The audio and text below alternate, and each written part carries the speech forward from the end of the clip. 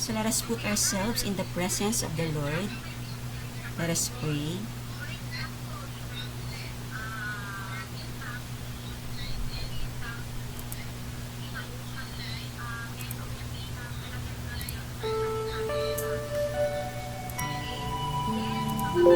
Let us seek guidance from the Lord before we begin our online class.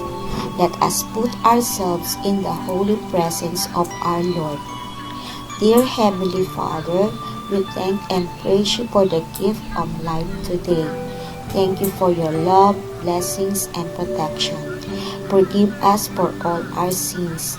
We humbly ask your Holy Spirit to guide us in our online class. May we have the wisdom and concentration so that we may listen attentively and understand our lessons.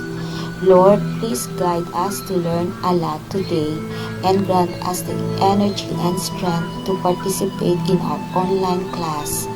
Grant us strong internet connection to stay connected throughout the duration of this activity.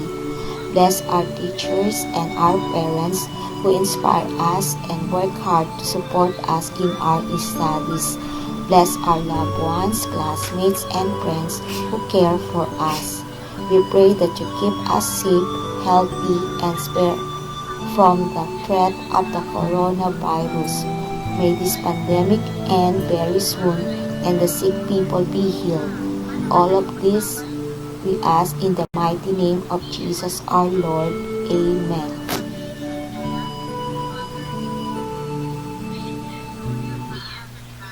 Amen.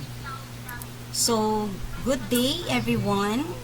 Welcome to week 3 of our subject. So, we are now on the 3rd week of our subject.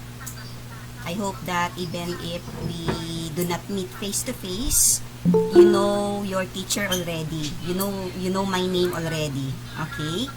So, let us now have our objective today. I hope that you are learning on our subject. Before I present to you our objectives today, let us first have a short review on the previous lessons. Ano natutunan nyo on the first week? Ano yung pinag-aralan natin on week 1? What is our topic again? Ma'am, Yes, Princess? quadratic inequality. Quadratic inequality ba yun? First Quadratic week, equality. quadratic Equality. equality or quadratic equation. Ang tawag natin doon, okay? So, what can you say about quadratic equation, Princess? Princess Seron. Yes? Ma'am, quadratic equation is a polynomial equation in one variable Okay. expressed in the form ax squared plus bx plus c equals to 0. Very good. So, that's actually the standard form of a quadratic equation. Okay? Now, for, actually, may mga, may mga under topics that marami kayong natutunan on the quadratic equation.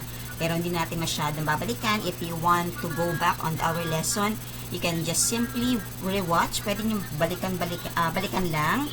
Okay? Pwede nyo panoorin yon at your convenient time na malakas ang internet ninyo. Pwedeng balikan yan. Okay? Nandun naman ang link on our Google Classroom. Now, for the week 2, what did you learn last week?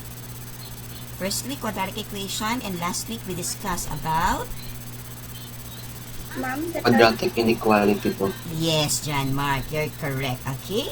Quadratic inequality. So, can you please tell us, John Mark, what's the difference between a quadratic equation and quadratic inequality? Ano ang kaibahan nito? Ano yung quadratic inequality po? Gumagamit po ng less than or equal than greater than and equal. Hindi po siya gumagamit ng equal. Okay, that's correct. Okay, so unlike the quadratic equation, the symbol used are inequalities. Ibig sabihin, they are not equal. The expressions at the left side or one side of it is not equivalent to the expression found on the other side. So, usually, ang mga ginagamit natin ay mga inequality symbols. Huwag niyo kakalimutan ang mga inequality symbols, yung kaibahan ng greater than, less than, greater than or equal to, less than or equal to, or not equal to. So, wag malilito sa paggamit ng greater than at saka ng less than. May technique doon. Kung nasa ng mas malaking number, doon naka-open. Sa kanya nakaharap yung open. Okay? So, kasi yung iba nililito rito eh, diba? So, wag kayo malilito sa paggamit ng greater than and equal to. So, there's a difference between the two. And it's very simple.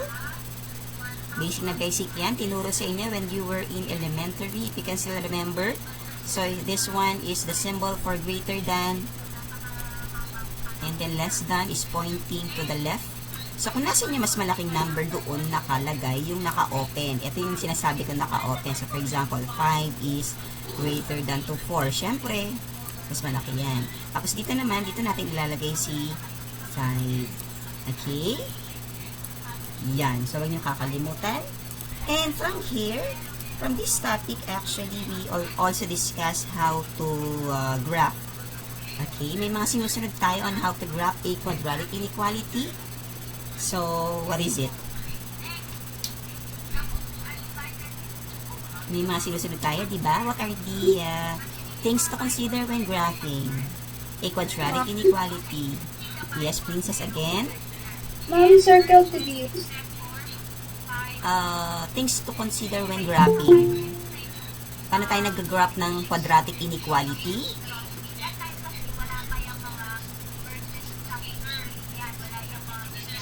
There is, diba, there are symbol to be considered.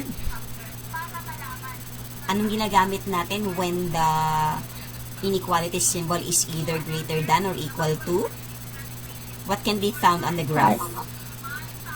Who's that? Sino yung sumasagot? Hollow circle. That's correct, Princess Altoveros. Okay? We have to use the hollow circle. When you say hollow circle, in Tagalog, ayan yung bilog na wala siyang shaded part. Sabi ko Tagalog, pero English pa rin ano. Okay, wala siyang shaded part yung circle. Bilog lang. Bilog na butas. Okay? Parang donut. Okay? So, we use hollow circle if the inequality symbol is greater than or equal to.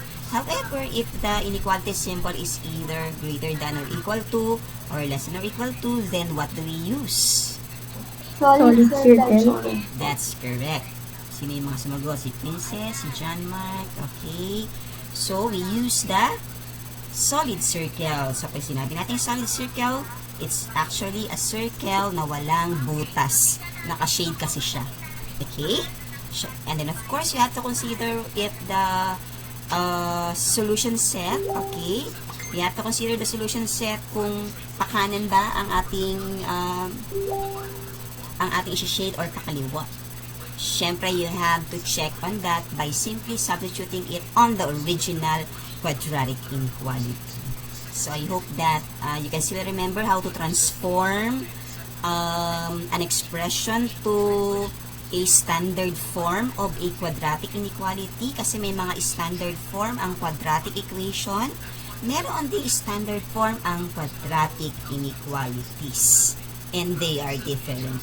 Okay? So, I hope that you are learning on our subject. So, that's for the week 1 and for the week 2. Now, for the week 3, this will be our objectives. Actually, for the week 3 and for the week 4, the topics are what I mean is for the week 4, it's a continuation of our topic today. Kasi masyado siyang mahaba. So that is why on our weekly home learning plan, it is divided into 2 parts. So for the first part, it will be discussed today. Here's the objectives. So let me read it to you. So objective number 1, models real life situation using quadratic functions. Next, represent a quadratic function using letter A, table of values. I hope that you can still remember what a table of values is. Table of values are graph, okay, and equation.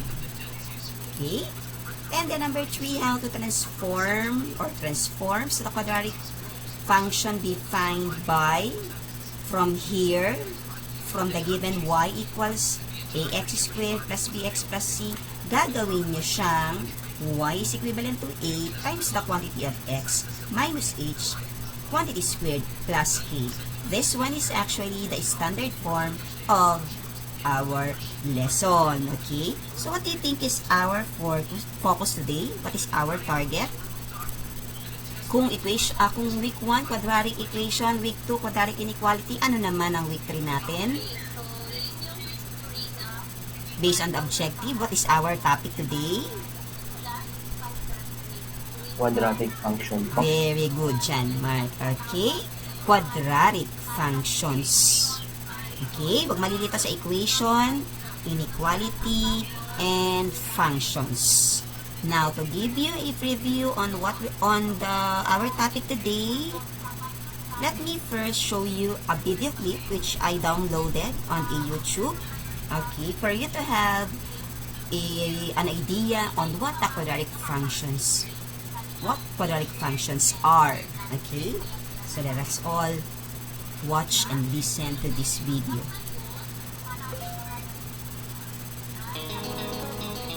Quadratic function in the real world.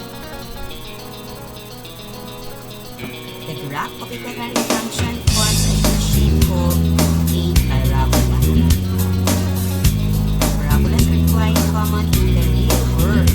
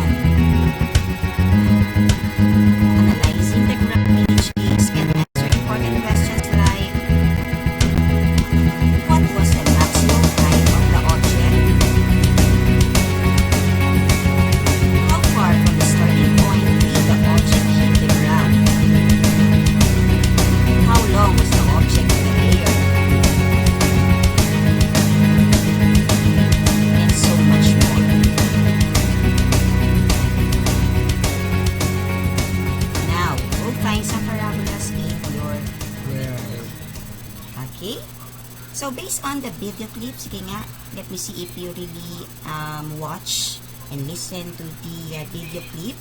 Okay. So, can you cite examples of quadratic function?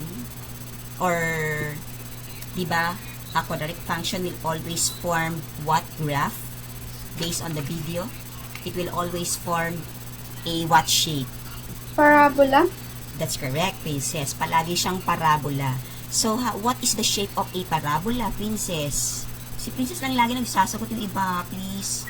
Recitation is part of your grade. Ma'am, curve shape po. Yes, Anya, it's a curved shape. That's correct. Specifically, when you look on the shape of the examples illustrated on the video clip, it's a curve. It forms a U shape. Yan ang parabola. Okay?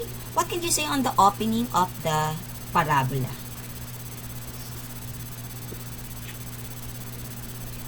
Based on the example, what can you say on the opening of the parabolas? Yes? It opens. Hindi niyo napansin yun? Kung saan naka-open yung mga parabolas? Based on the video clip, the examples illustrated, okay, all the parabolas formed there as you kick a ball, di ba, a softball, from the starting point until the end of the point, okay, it forms a U shape. So, the opening of the parabola is actually downward. Siyempre, when you kick a ball, it goes upward.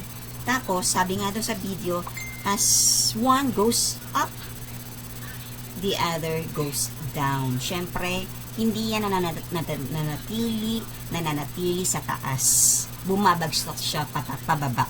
So, it forms a U shape. So, there, on the examples like caves, ano pa yung mga nakita nyo doon? Aside from the cave, Basketball. Roller coaster, diba? Yes, princess? Roller coaster. Roller coaster, yung shape ng roller coaster. Okay. Ano pa yung meron doon? Angry Bird po. Yung Mountains. mountains. Okay. Soccer po. Soccer. Fireworks, Mark. That's correct. Okay. And a lot of more. So, actually, the examples given there are showing a downward graph. Lahat ng mga U-shape doon ay downward. But it doesn't mean that the graph of a quadratic function will always opens downward. There are cases that the graph opens upward. Okay? So, actually, the graph of a quadratic function will be, will have that more by next week. Medyo maano natin yung mga parts ng graph. Pero yung pag-graph will be next week. Okay? So, for today, syempre, that is our target today, our focus about quadratic functions. Now, from the videos, let us answer this. Okay, this is included on your Google Classroom, on your learning task today. We have there 4 learning tasks as indicated also on the weekly home learning plan. So, I want you to tell whether each picture models a quadratic function and tell me if or justify your answer. Okay, if the picture models a quadratic function or not, then justify your answer. Okay, so I'm giving you 3 minutes to think on the reasons why is it that this one is quadratic and why this one is not a quadratic function. So, 3 minutes lang pag-isipan ng mga reasons. Justify your answer. So, sige, I will hear your answer after 3 minutes. So, 8:41, 8:44 tayo. Mag-check, okay? So, time starts now.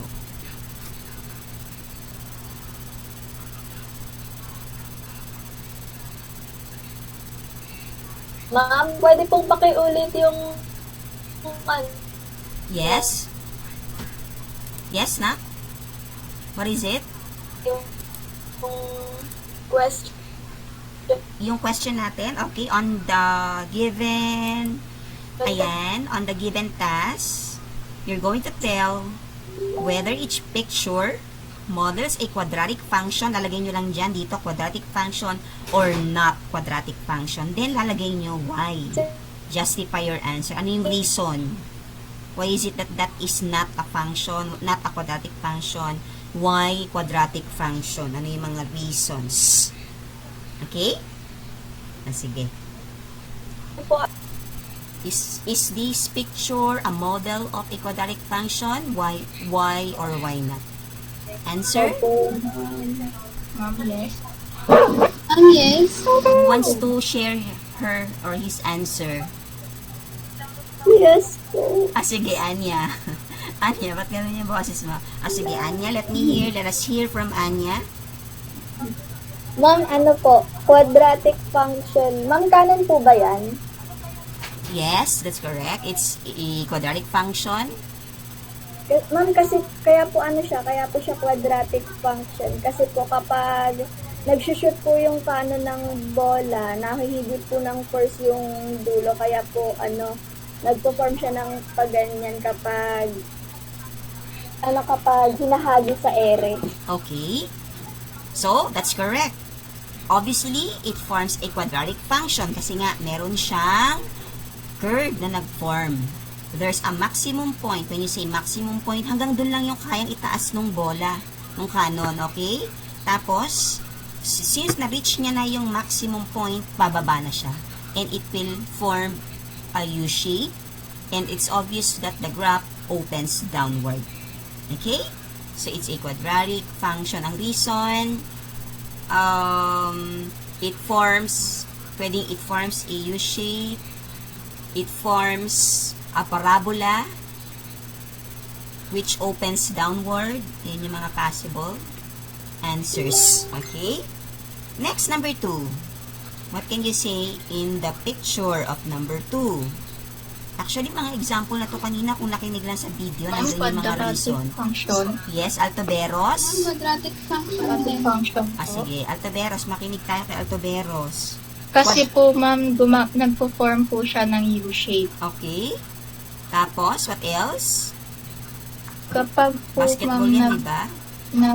nag-shoot ko ng bola, nagpo-form po siya ng U-shape, tapos po nag-ano po siya ng downwards. Okay.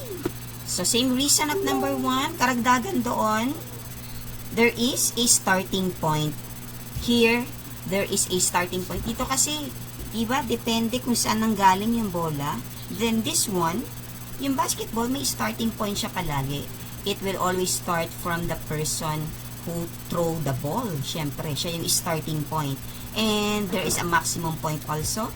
And then, masushoot siya dun sa basketball. Okay? So, those are the reason. It has a starting point and it forms a curve or a parabola which opens downward. And for the last picture, wait lang ha, meron atang humabol or nawala. Okay. So, what can you say on the third picture? Yes po, ma'am. Yes, din. Sige, who wants to share their answer?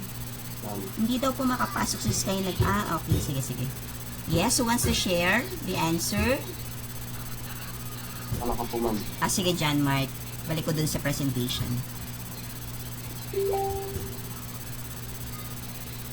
Yes, John Mark?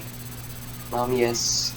Okay. Yes po, ma'am. Because Yes. the fish jump and make a parabolic curve. Okay. So, it forms a parabolic curve also. So, pare-pares naman siya ng reason di ba? So, how do you know that the picture models a quadratic function? If it forms a curve or a parabolic shape. Ano pa? Ano yung mga sinabi natin kanina?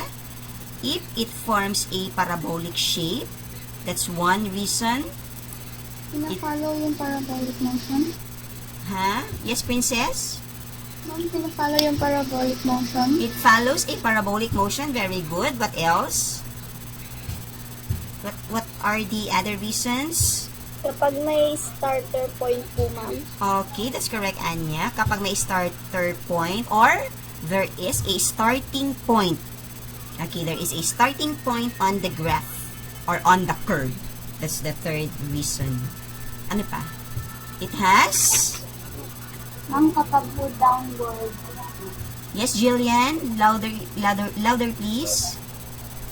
Ma'am, kapag po yung start to it is downward po. Okay. Ano din siya. From the maximum point, it forms a curve going downward. Nag-downward yung position nung curve, syempre. Okay? So, that's number 4. Ano pa? If it has, yung kanina mini-mention ko, if it reach already its maximum point. Okay? Kapag na-reach niya na yung maximum point na, syempre, it will go down. So, these are the reasons on why do the pictures shows a quadratic function. Okay, so it will be 1 point per answer, 1 point for the reason, so that is 6 points. 6 points for this plus, I'll give plus 4 to make it 10. Okay? So, to continue, let's have an illustrative example. Wag niyo itatapon yung yung inyong drill.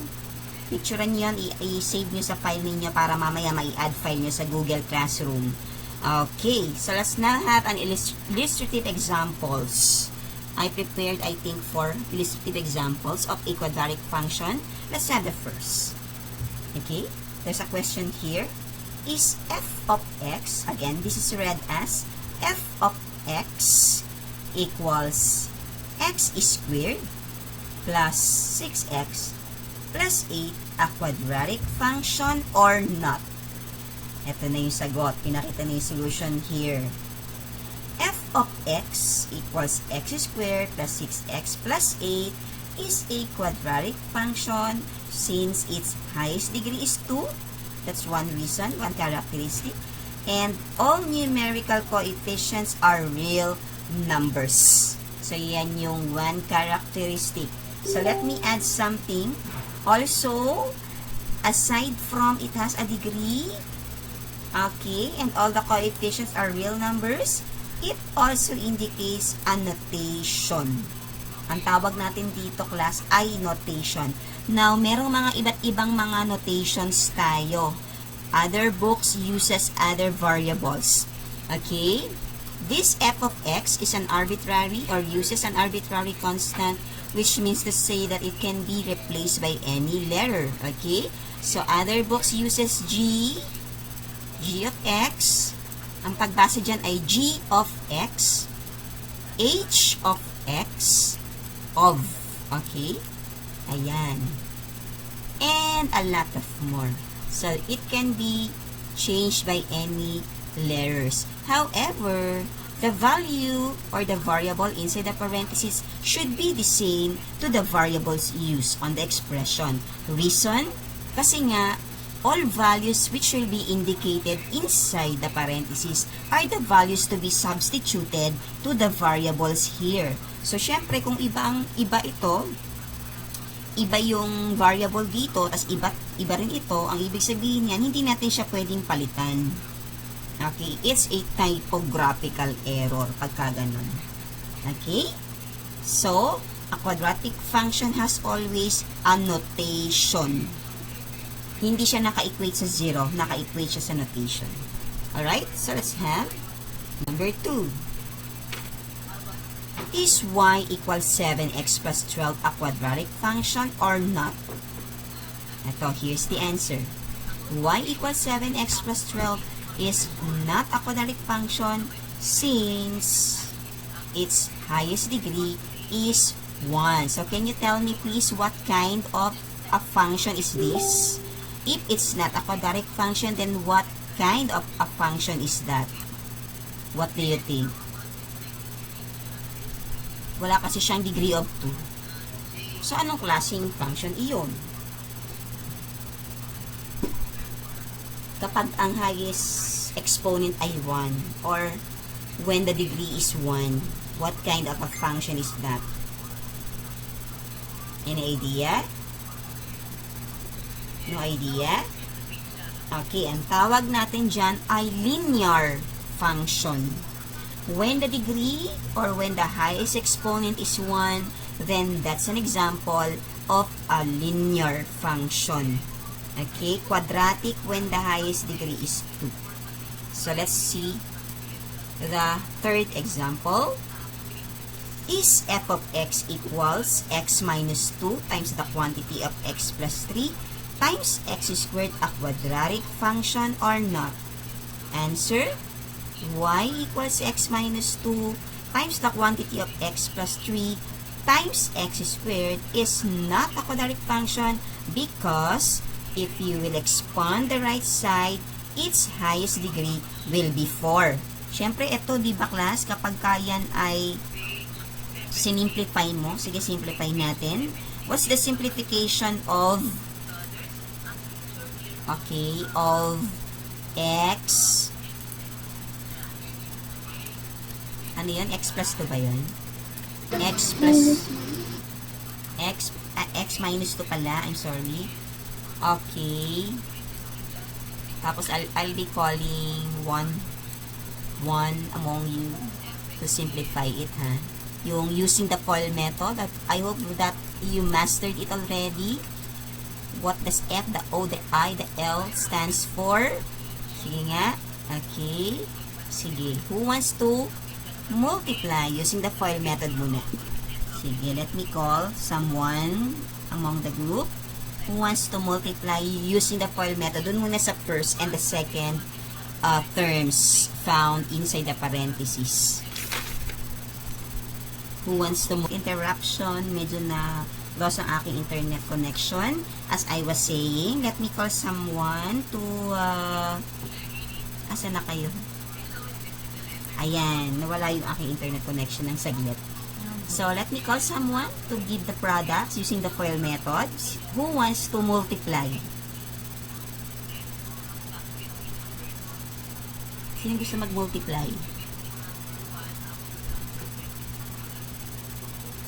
Kayang-kaya na yan, di ba? Kapag multiplying binomial, by a binomial, we're going to use the FOIL method. Natawag ako, Eman. Are you there, Eman? Eman? Eman? Andyan ka ba, Eman?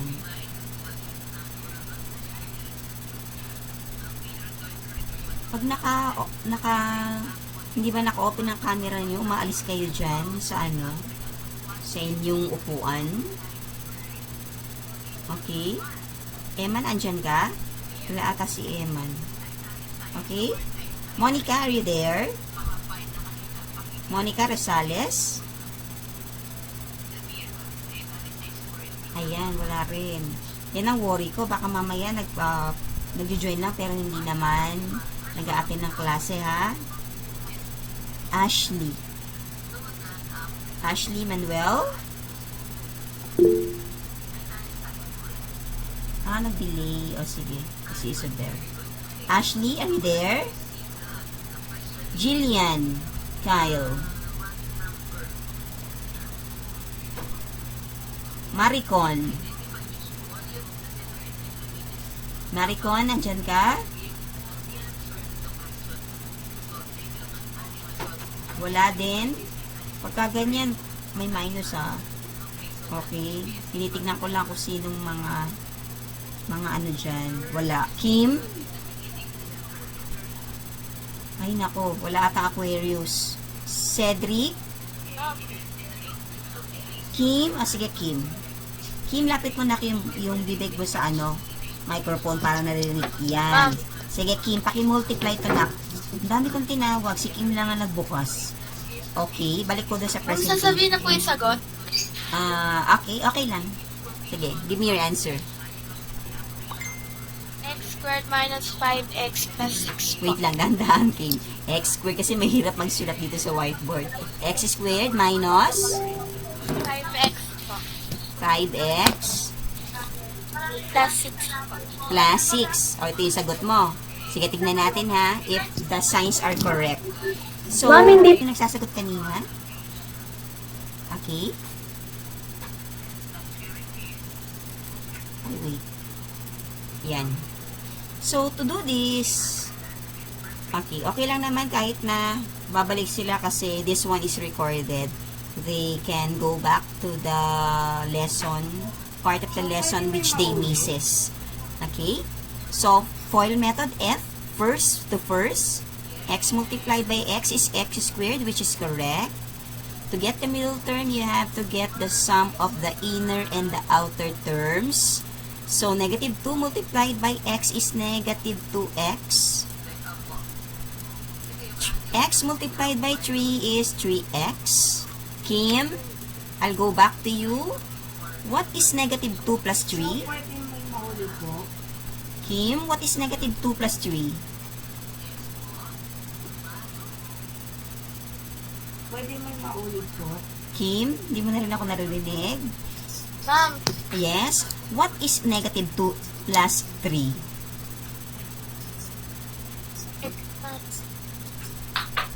X po. That's correct. X. Kasi magiging 1 yun di ba? Magiging negative 2 plus 3 is equivalent to 1. Then 1 multiplied to x is x. So, therefore, dapat dito, Kim, ay walang negative 5. Okay? And then, the operation should be plus. Okay? So, it should be x squared plus x. And then, to get the last term, on the FOIL method, the L stands for the last terms. So, negative 2 multiplied by 3, Kim. What is negative 2 multiplied by 3? Positive or negative? It should be? Negative po. Okay, it should be negative. So, ito dapat yung products. X squared plus x minus 6. However, since there is another, okay, term outside the parentheses, x squared, ayan, then you need to distribute it again. Okay, babalik kayo dun. So, x squared multiplied by x squared is x. What is x squared times x squared? What do we do on the exponents? We're going to add. So, 2 plus 2 is 4. Then, we go to the next term. X squared multiplied by x is x. What is the exponent? When you add 2 by 1, it will give 3. And then to the last, 6 multiplied, negative 6 multiplied to x squared is negative. Squared. Ayan, x squared. 2. O, quadratic function ba yan? Siyempre, hindi kasi the degree is 4. Ayan, that's the explanation to the, okay, that's the explanation to the example of number 3. Okay, the degree is 4. Alright, so let me continue. Let us continue. Ayan, let us consider the graph of a quadratic function. This one is an example, pero yung graphing natin will be next week pa. Okay, okay lang yan, kahit na next week pa yung graph. Just to give you an idea on how a graph of a quadratic function looks like. So, consider the graph of a quadratic function f of x equals x squared plus 6x plus 8. Okay? Observe the trend, characteristics of the graph for you to determine how quadratic function is represented using its graph. Ayan. Tingnan natin. This one is quadratic function for what reason? Sige nga, ano yung mga reason why is it that this one is a quadratic function? Why? Who wants to answer? Bakit yung graph na yun ay nagre-represent ng quadratic function? Ito po yung exponent ng Yes, yes, Sky. Lakas na kang boses. Lapit sa microphone. Pakita ko ha. Sky ha, ikaw tinawag ko. Yes, Sky. Kasi po ito yung exponent sa first term. Okay, that's one. Ano pa?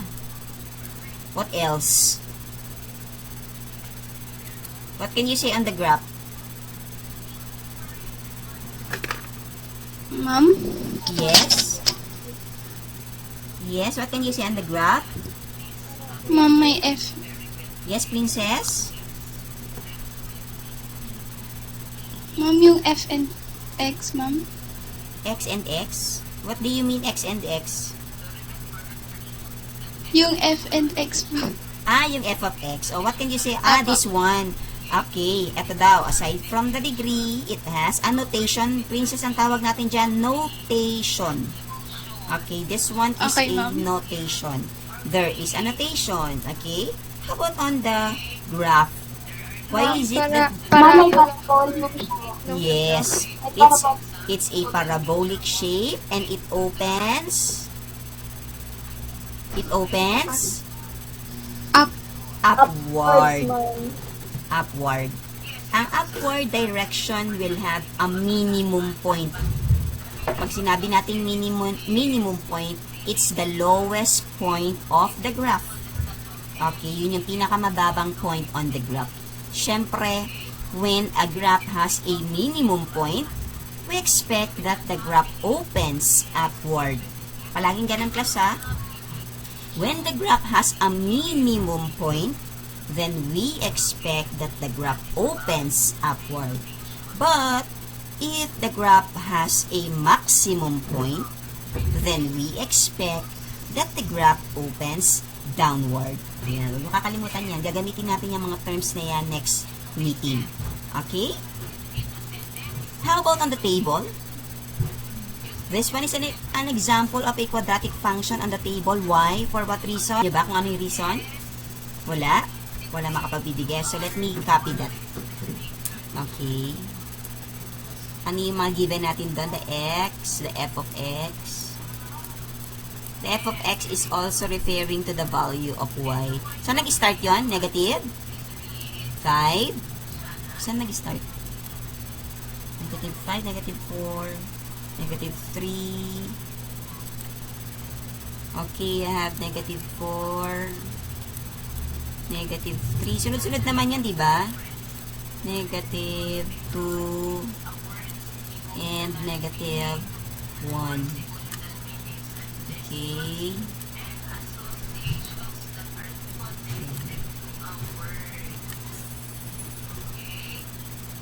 Then, on the f of x, it has values of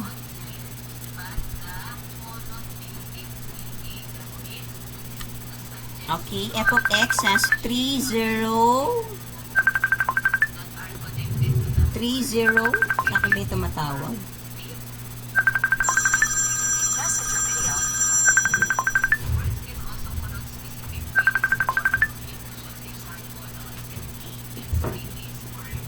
Wait lang, excuse me lang ha.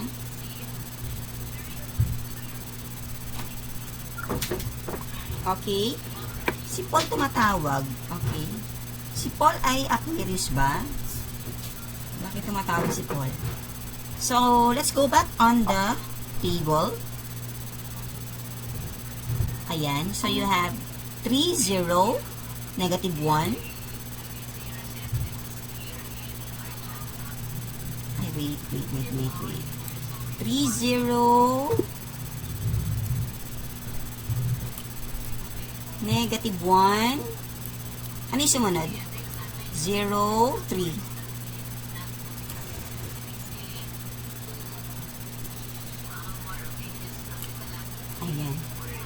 Ayan, okay? So, this one is a quadratic function for the reason that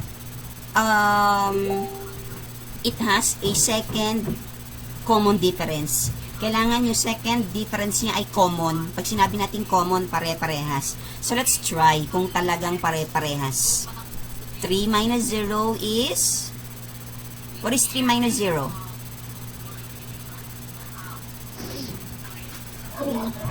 3. What is 0 minus negative 1? Ha?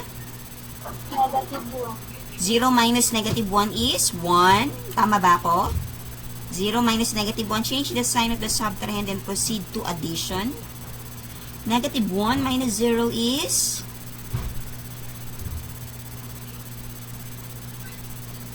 Are you still there? Andiyan pa ba kayo? Andiyan pa ba? Sige, balik tayo dito ha. Negative 1 minus 0 is negative 1.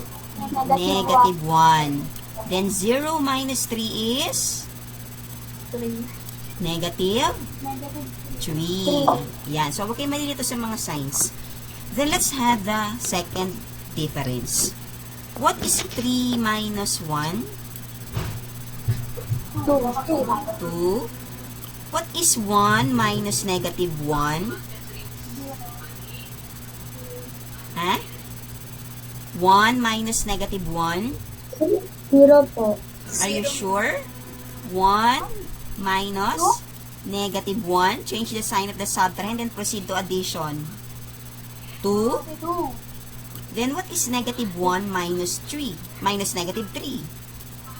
Pagka nalilito kayo, isusulat nyo siya, class. Kasi nakakatulong yung sinusulat kesa yung iniisip lang. Diba?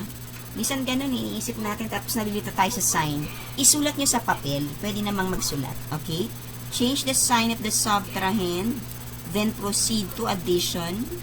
What is negative 1 plus 3? Negative 4. 4. Negative 4. Are you sure? 2. Negative 1 plus 3. Change Ang the positive 1. positive 1. Paano tayo nag-a-add ng unlike sign? 5 po. 4, ma'am. How do we... Hindi. Pakinggan nyo muna yung question ko. How do we add unlike signs? Negative po. Class, sagutin nyo muna yung tanong ko. Huwag nyo sagutin yung... Huwag nyo ibigay yung value. My question is, how do we add unlike signs? Ay, wait. May bumubulong. Sino yon? Ma'am, Yes, Princess Altaveros? kapag ma'am, mas mataas ma'am yung value ng negative. Okay. Kinukuha natin yung sign ng mas Taas yung taas. value. Tapos, anong ginagawa natin sa value? Sinusubtract natin yung mas maliit sa mas malaki. Balik tayo dito, ha? Balik tayo doon sa whiteboard. Okay? Negative 1 minus negative 3, when you change the sign of the subtrahend, then proceed to addition, magiging negative 1 plus 3 siya. Naging negative 1 plus 3. Okay? So, there's a rule that if you have unlike signs, what you do is to simply subtract. Babawasan natin. Ibabawas natin yung mas maliit sa mas malaki. So, 3 minus 1, 2. What is the sign of the bigger number? Positive. Positive. Kasi 3 ang mas mataas at ang sign niya ay positive. So, 2 siya. Okay? So, what can you say on the differences ng second part? They are The same. the same. Very good. So, when there is a common second common differences, then the table is showing a quadratic function. Okay? Pero kapag halimbawa ito ay 2, ito ay 1, ito ay negative 1, hindi na siya quadratic function. Kailangan pare-parehas ang second differences niya. Got it? Naintindihan ba yung table? Yes. Yes, Leah? Ma'am, paano po pag same po ng value, ng number pero different po ng size? Halimbawa, ito parehas, ito parehas. Opo, pero different po ng size. Different na sign. So, not quadratic function siya. Kailangan same value, same signs. Okay po. Okay? Is that clear? So, ganyan ang pag-identify class. Okay? That is how to identify if the equation, yan yung objective number 2 natin. That is how to identify if the graph is showing a quadratic function, the table, and the equation. Okay? So, nasagot na yung 2 objectives natin today. Okay? Now, let's go back on the presentation. To continue on the graph, these are the parts. The graph of a quadratic function is a parabola. It has different properties including vertex, axis of symmetry, opening of the parabola, and intercepts. Okay, ito yung illustration. Hindi ako masyado magpo-focus dyan kasi meron tayong topic dyan next week. A quadratic function is a second degree polynomial represented as f of x equals ax squared plus bx plus c, or y is equivalent to ax squared plus bx plus c. A is not equivalent to 0 where a, b, and c are real numbers. Ayan, the graph of function is a parabola. Okay? So, hindi tayo dyan masyado magpo-focus. Dito tayo magpo-focus. Alright. Ayan. A quadratic function is a second degree polynomial represented as f of x equals ax plus bx plus c, or y is equivalent to ax plus b plus c. As you notice, f of x is being represented by y also. They are just the same. Because when you graph, the f of x is actually the values found on the vertical line of the rectangular coordinate system. Okay? Or the, anong tawag natin doon? The plane. Rectangular coordinate system or the Cartesian plane. Okay, that's it. So, to continue, A is not equivalent to 0 where A, B, and C are real numbers. Okay na yan. Naulit lang pala yan. Now, let us study the process of how to transform. We are now on the third objective. How to transform quadratic function defined by y equals ax squared plus bx plus c into. Ayan. So, this will be our last part today. Ito yung given. Gagawin natin siyang ganitong form. This one is the standard form of a quadratic function, where a is the numerical coefficient of x, the h and the k is actually the vertex of a graph of a quadratic function. Okay, so let's have this. Ay, bakit naging ganyan na agad? Okay. Nabaliktad ko pala. Sorry. So, pagbaliktarin ko lang ha. Second. Ayan. This is how to transform a quadratic function defined by y equals ax squared plus bx plus c into y equals ax squared plus k. Here's the example. Transform. You are asked to transform y equals x squared plus 6x plus 6 into y equals ax squared x minus h quantity squared plus k. So, there are 5 steps to follow. Okay? First step is to group together the terms containing x just like this. So, from here, basahin ko muna sa inyo to, tapos papakita ko on using a whiteboard para mas maintindihan ninyo. So, y equals x squared minus 6x minus 6. When you group together the terms containing x, you just enclose or lagyan ng parenthesis, ilagay sa loob ng parenthesis ang lahat ng terms na merong x. So, these are x squared and 6x. Then, just copy minus 6. After that, the next step is to make the expression in parentheses a perfect square trinomial by adding the value of negative b squared over 2 and subtracting the same value to the constant term since that a is not equivalent to 1. Siyempre, mas maintindihan nyo yan kung gagamit tayo ng whiteboard. So, let me... Kaya bang i-copy yan? Try ko lang kung kaya i-copy. Kaya ba i-copy rin? Hindi pwede mag-copy.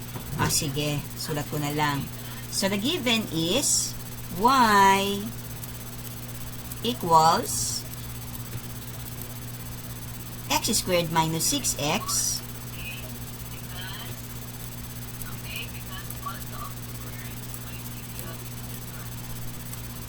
minus 6x minus 6. So, check ko muna kung tama. Okay. X squared minus 6x minus 6. So, sabi doon, group together the terms containing x. Lagay lang sa loob ng parenthesis ang lahat ng same variables. So, obviously, it's x squared and 6x only. Okay. Then, copy. Wait lang, ayusin natin yung parenthesis. Ayan, and close it with the parenthesis. Then, bring down minus 6. Next step, make the expression in parenthesis a perfect square trinomial. So, ito yon. Gagawin daw natin siyang perfect trinomial squares or perfect square trinomial. kailangan maging tatlo yung terms dito. Okay? How? By adding the value of negative b squared over 2. Ang ibig sabihin ng over 2 is divided by 2. So, to do that, kunin mo lang yung value ng yung numerical coefficient ng b dito. So, here, b is equivalent to negative 6. Ayan. Sorry. Mahirap magsulat dito. Okay? Yan. B is equivalent to negative 6. Okay? We're going to multiply it by its, i-divide muna natin by 2. So, negative 6 divide by 2. What is negative 6 divide by 2, class? 3 po. That's correct. Negative 3. Tapos, i-square mo yung sagot. Dapat ito, yung parenthesis hanggang baba. Okay? I-multiply mo yung quotient by itself. So, negative 3 squared means negative 3 times negative 3, which is equivalent to? 9. That's correct. Very good kayo. Nakikinig. Okay? So, ilalagay mo yan dito. Sa last term. Dito. Yan. Kung ano yung sagot. Ulitin ko, class, kung paano nakuha yung 9. To get 9, all you need to do is to divide the middle term by 2. The middle term or the value of b is negative 6. Negative 6 divided by 2 is negative 3. Multiply negative 3 by itself. So, negative 3 multiplied by negative 3 is 9. So, lagay mo yan sa last term. Now, ang sabi dito, whatever value added, okay, inside the parenthesis must be subtracted. Isusubtract mo yan outside the parenthesis. So, kung nag-plus ka doon ng 9, magma-minus ka ng 9 sa labas. Can you follow? Nakakasunod ba, class? Nakakasunod ba, class? Yes po. Okay. So, next step, we're going to simplify. To simplify, express the perfect square trinomial into a square of binomial. So, ano yon? Ano yung gagawin nating squares ng binomials? Yung nasa loob ng parenthesis, ito. Okay? So, paano natin yung gagawin squares ng binomials? Napakadali lang. Ayan ha, lalagyan mo lang ng exponent na to sa labas. Okay? So, to do that, you just simply get the square root of the first term. What is the square root of x squared? Answer? Yes, that's correct. Sino yun? Bumubulong lang. The square root of x squared is x. Get the square root of the last term, which is 9. What is the square root of 9? 3. Very good. So, lalagay mo yan as the second term. And then, you're going to base the operation to the middle term, to the sign of the middle term. So, since that the sign of the middle term is negative, then the operation here is subtraction. Ayan. So, naka-square ka na, na-express mo na siya as a perfect binomial squares. Ulitin ko ha, how to do this. Okay? So, just get the square root of the first term. The square root of x squared is x. Get the square root of the last term, which is 9. The square root of 9 is 3. And then get the sign of the middle term, which is subtraction. Then enclose it with a parenthesis is squared. Ganyan lang kadali. Then, syempre, you need to simplify this one. What is negative 6 minus 9? What is negative 6 minus 9, class? Negative 3. Ha?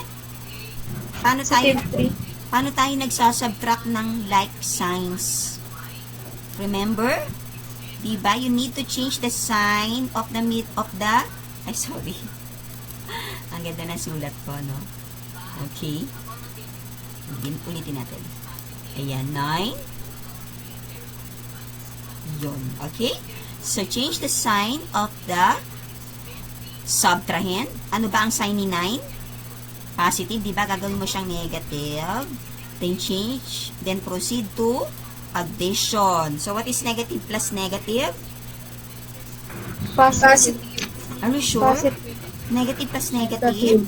Ay, negative. Negative. Negative yan. Negative din. Oo. Di ba yung dalawang tao, nega sila, nag-usap yung dalawang nega. Alam niyo yun? Pag nag-usap ang dalawang nega, negative din yung result niya. Okay, ganun yun. So, negative, then 6 plus 9 is? Yes, that's correct. Ayan. So, this one is your final answer. Ayan na yung naka-standard form na siya. Okay? Ayan, ito na siya. Yan, final answer. So, that's how to transform quadratic equation into a standard form. Okay? Now, let me add to that. There are cases that the value of A is not 1. For example, you have a given of, pero hindi ko na isusolve ha. Just to give you a background on this. Halimbawa, 2x squared, tapos, plus 2x, minus 4. Bawa, ganyan siya. Okay? Since that there is a numerical coefficient of 2 to x squared, ilalabas mo ito. You put it outside the parentheses. So, to do that, we simply divide each terms by 2. So, 2x squared divided by 2 is x squared. Copy plus 2x divided by 2. The 2 will be cancelled. Then, x is the remaining term inside the parentheses. Then, copy subtraction. 4 divided by 2 is 2. Magiging ganyan siya. So, yung value ng A na natin dito ay 2. Ayan. Tapos, itutuloy mo lang dun sa example natin kanina. Okay? So, that's how to transform. May tanong ba? Sige nga, pagpatuloy natin, kaya ba yon? Perfect try, no? Perfect ba itong binigay ko sa inyo? Sige nga, pagpatuloy natin to. So, magiging copy 2. Ilabas natin si negative 2. Kasi yun daw di ba? Pagsamahin ang lahat ng may variable x sa loob ng parenthesis at ilabas yung constant term sa labas. So, you have there negative 2. Okay? So, you have negative 2. Ayan. Then, what are we going to add here? And, ano yung susubtract natin dito? Sige nga, you give me the value, the missing value here. What do you think is the missing value? Ma'am, negative 4. Negative. Julian, what is your answer? 4, ma'am. Negative or positive? Negative. Negative 1 ang sagot mo. Negative 4, ma'am. Ha? 4 daw. Negative 4. Negative 4 ang sagot mo. O sige, paano mo nakuha yun, Jillian? How did you get your answer? Ma'am, wala po. Nakita ko lang po. Nakita mo lang. O sige. Tingnan natin. How about the others? Can you give me other answer? What do you think is the missing value to make it a perfect trinomial squares? Here, what are we going? 4. Ha? Positive 4. Positive 4 din ang sagot mo. Okay. So, I think, kailangan ko talaga ipagpatuloy yung solution para maintindihan ninyo. Kasi gagamitin niyo yan on the drill later. Here. So, sige nga, let us continue. Para makuha mo ang sagot dito, titingin ka sa second term. What is the numerical coefficient of x? 1. 1. Okay. What is 1 divided by 2?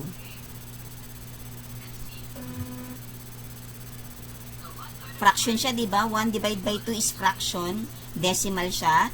So, we leave the answer like that. Sanabi ko na nga ba, kaya ayoko pagpatuloy. Yung aking example is hindi eksakto. So, anyway, just to give you a example on this, di ba? Then, after that, para makuha mo on values to be written here, we're going to multiply it by itself. So, what is 1/2 times 1/2? 1/4. Did you get it, class?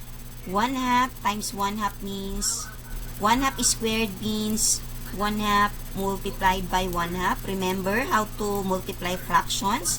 We multiply numerator to numerator and denominator to denominator. So, 1 times 1 is 1, 2 times 2 is 4. Kaya naging 1/4 yun. Naintindihan? Naintindihan, class? Opo. So, whatever value added inside the parenthesis must be subtracted outside the parenthesis. Okay. Here. So, 1/4. Lalagay nyo lang dito. Kaya lang itong, example ko, hindi kasi siya perfect trinomial naman. Okay? So, to continue, just copy 2. Yan. Then, and close it with the parentheses. Okay? Get the square root of x squared. The square root of x squared is x.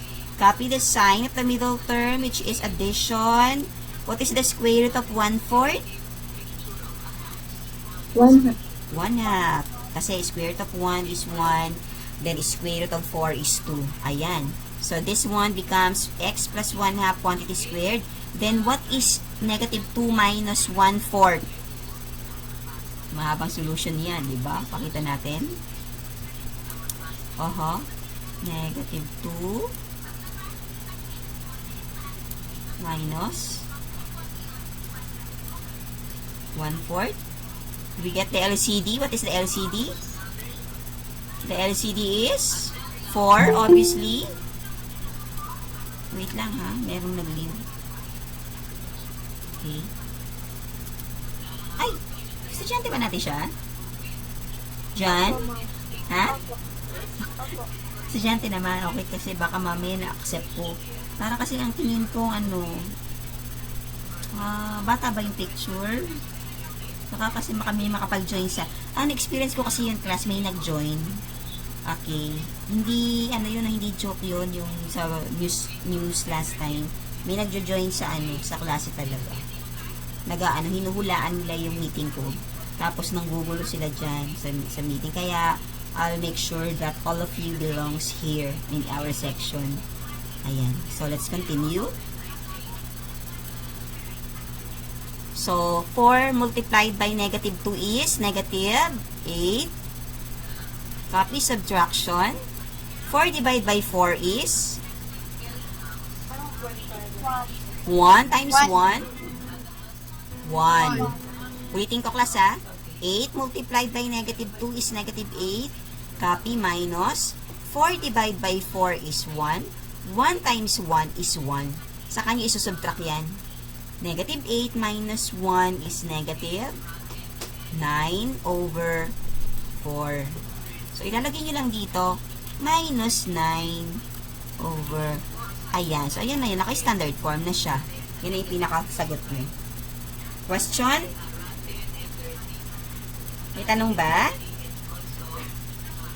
Wala, ma'am. Okay, very good. So, let's have a drill. Bigyan ko kayo ng time to answer this. Tapos, sasagutan natin. Tapos, i-attach nyo yung sagot nyo. Yung picture na sagot ninyo on our Google Classroom. Now, I'm giving you, lakihan ko lang. Okay. Ay, not this one. Bakit yan? Sagutan nyo na lang to, class, sa Google Classroom nyo. Dalawa kasi to eh. Isang ganyan. At saka isa to. Ito muna. Okay. Ito muna. Saan natin balikan tong isa? So, I'm giving you here 10 minutes to work on this. Stop presenting ako para I can see. Ay, hindi pala ako pwede mag-stop presenting. Para, na ipakita ko sa inyo yung sagot. Okay? So, please open your cameras. Let me see your answers. Y is equivalent to x minus 3 quantity squared minus 12. Number 2, y is equivalent to 5 times the quantity of x minus 2 is squared minus 5. So, pakita ko yung solution. Okay.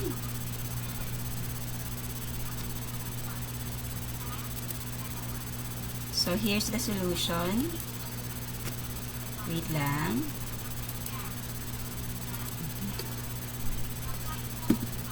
Okay. And okay, this one is the answer. The solution. From here, it becomes y equals x squared minus 6x. The missing term is 9. So, whatever value added there must be subtracted to the other side. Parang pares lang ito, di ba? Nagkaiba lang sa constant term, actually. Doon sa example kanina. So, square root of x squared is x. Copy the sign of the middle term. Square root of 9 is 3. Then, bring down negative 12. So, 2 points. 1 point for the solution, 1 point for the final answer. For number 2, ilalabas niyo yung 5. Dividing each terms by 5. So, kaya naging x squared minus 4x minus 1. Tapos, paghihiwalayin natin. Okay, nilabas natin yung negative 1. Then, here, ang natira is x squared minus 4x. I-divide ang negative 4 by 2. So, negative 4 divided by 2 is negative 2. Negative 2 times negative 2 is 4. So, add 4 here. Subtract 4 dito. Then, getting the square root of the values inside the parentheses, bring down 5. Square root of x squared is x. Copy subtraction. Square root of 4 is 2. And close it with the parentheses squared. Then, negative 1 minus 4 is negative 5. So, score plus 1 to make it 5. Who got 5? Saan kayo? Who got 5? Sino mga naka 5? Meron bang naka 100? O sige, pipicturean nyo yan ha. I-save nyo into your file, then add file later. Okay, in our Google Classroom. Do you have questions? May questions ba? Here? Clarification on how to transform a quadratic function to standard form? Wala po. Wala. Are you sure? Wala naman. Wala naman. Okay. So, let us continue. This one, okay, your task here is to identify which represents a quadratic function and which are not. Sige, doon na lang to sa Google Classroom. Okay. Sagutan lang, tapos send your answer in our Google Classroom. Okay? Aside from that, there is other tasks which can be found on our Google Classroom. So, kindly visit our Math Google Classroom for task number 4 and then task number 3. Then, also the reflection. Okay? Ito yung learning task number 4. Your task is to look for the value of k only. Okay? So, you can show different ways on solving it. Okay? So, I want to take note on the word functions. Okay? And then, let us have this, which is found on our Bible, which can be found on Romans 12, chapter 12 pala, verses 4 and 5. For just as each of us has one body with many members, and these members do not all have the same function, so in Christ we, though many, form one body, and each member belongs to all the others. So what does this mean? Each one of us has different functions in life, just like in our family, di ba? Yung iba sa inyo, kayo yung panganay. Yung iba sa inyo, kayo yung pangalawa. Yung iba sa inyo, kayo yung bunso, pang-10, pang-8, and so on and so forth. So, each member of the family has different functions para maging successful or maging maayos ang pamilya. In our community, we also have our different functions. Okay? Sa church, meron din tayong iba't ibang function. In our virtual class, meron tayong mga iba't ibang function. Me, your teacher, and you as my student. Diba? You're my students. Okay? Each one has different functions. So, what is important is, class in life, dapat you always have to know, okay, You have to know what is your role in life. Diba? We have to always do what God wants us to do. And that is for the reason para to glorify God. And at the same time, diba, if we glorify God, then masaya siya sa atin, then God will bless us. Diba? Okay. So, I hope that you learned a lot on today's lesson. Okay? May question ba? Do you want to add something on my sharing? Or did I miss something on the lesson which you want to share? Ma'am? Yes, Princess? Ma'am, ask ko lang po kung isasend niyo po ulit yung PPT sa Google Classroom. Yes, nak. All PPT video lesson will be sent there. Kaya lang yung video lesson, usually afternoon ko na siya nasisend kasi ini-edit ko pa yon. Hindi kasi kayang masyadong mahaba. So, may mga tinatanggal ako doon. Tapos, ang sinisama ko na lang yung mga importante na you can watch. Okay? So, meron pa bang questions? Basta you just wait for the video lesson this afternoon. But the PowerPoint presentation will be sent as well as the, ano pa bang dapat ko i-send? Yung reflection, I'll be posting it there, and also the learning task, apat yung nakapost doon. You have to attach all the tasks which you need to attach there. Make sure na tama ang pag-attach ninyo. Okay? In-screenshot or pinicturean, then add file. Kasi ang nangyayari kapag when you click the turn in first, nate-turn in siya. Tapos akala nyo napasok niyo yung picture. Tapos ang makikita ko lang is no file attachments. Yun ang lumalabas sa akin. So ang tamang procedure, you have to click add file, then choose the file kung saan nyo isinave yung picture, then upload. Saka nyo i-turn in. Did you get it, class? Other questions? Other concerns? May other questions ba kayo? May other concerns ba kayo? Ito yung draft ko. Okay, ito yung learning task 3 ninyo. So, that is, hindi lang yan 15 items kasi yung task ninyo ngayon, 5 points. Kanina 10 plus 5 plus 5, 20, 25 items. So, this one is 25 items. 26 yan actually. Parang yung 1 point ninyo, meron kayong isang points na nakalaan. So, I'll be sharing it with you na. Naka-assign na yan para pagka as soon as we end our meeting today, makikita niyo yan doon. And also, the reflection today, this one. Ayan. Week 3 reflections until 5 p.m. That's 10 points. Okay. Ayan. Ayan. So, all are sent to you already.